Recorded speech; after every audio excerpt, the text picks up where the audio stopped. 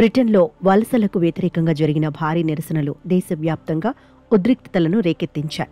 London వీధుల్లో unite the Kingdom పేరిట లక్షలాది మంది నిరసనకారులు ర్యాలీ నిర్వహించారు. పడవలను ఆపండి, వారిని తిరిగి పంపండి అంటూ ప్లకార్డులతో అరుస్తూ అమెరికా, ఇజ్రాయెల్ జెండాలను ప్రదర్శించారు. నిరసనకారులు పోలీసులపై నీటి బాటిళ్లు, ఇతర వస్తువులతో దాడులకు దిగడంతో పరిస్థితి ఉద్రిక్తమైంది. బ్రిటన్ ప్రధాని కీర్ స్మార్టర్ ఈ హింసాత్మక చర్యలను తీవ్రంగా ఖండించారు. శాంతియుత నిరసనలకు అనుమతి ఉన్నప్పటికీ రంగు నేపథ్యం ఆధారంగా పౌరులను లక్ష్యంగా చేసుకోవడం సహించేది కాదని హెచ్చరించారు.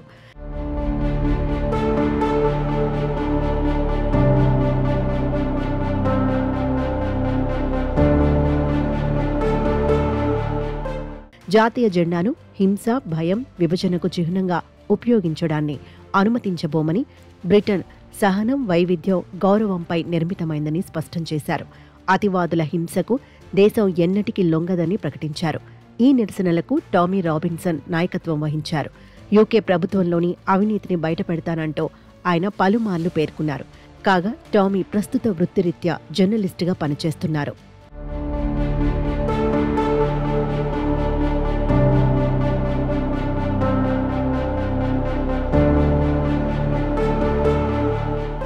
జర్నలిస్టుగా పనిచేస్తున్న టామీకి ప్రపంచ కుబేరుడు ఎలాన్ మస్క్ మద్దతు తెలిపారు.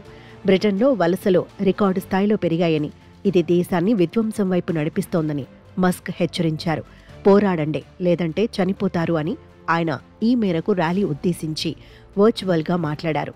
అలాగే కీర్ స్మార్టర్ నేతృత్వంలోని ప్రభుత్వం దిగిపోవాలని మస్క్ డిమాండ్ చేశారు. 2025లో 28,000 మందికి పైగా అక్రమ వలసదారులు పడవల ద్వారా బ్రిటన్కు చేరుకున్నట్లు నివేదికలు వెల్లడించాయి. వలసదారులు దేశ వనరులను, ఉద్యోగాలను కొల్లగొడుతున్నారని, సాంస్కృతిక గుర్తింపు ప్రమాదంలో ఉందని నిరసనకారులు ఆరోపిస్తున్నారు. ఈ నేపథ్యంలో ప్రభుత్వం తీవ్ర ఒత్తిడిని ఎదుర్కొంటోంది.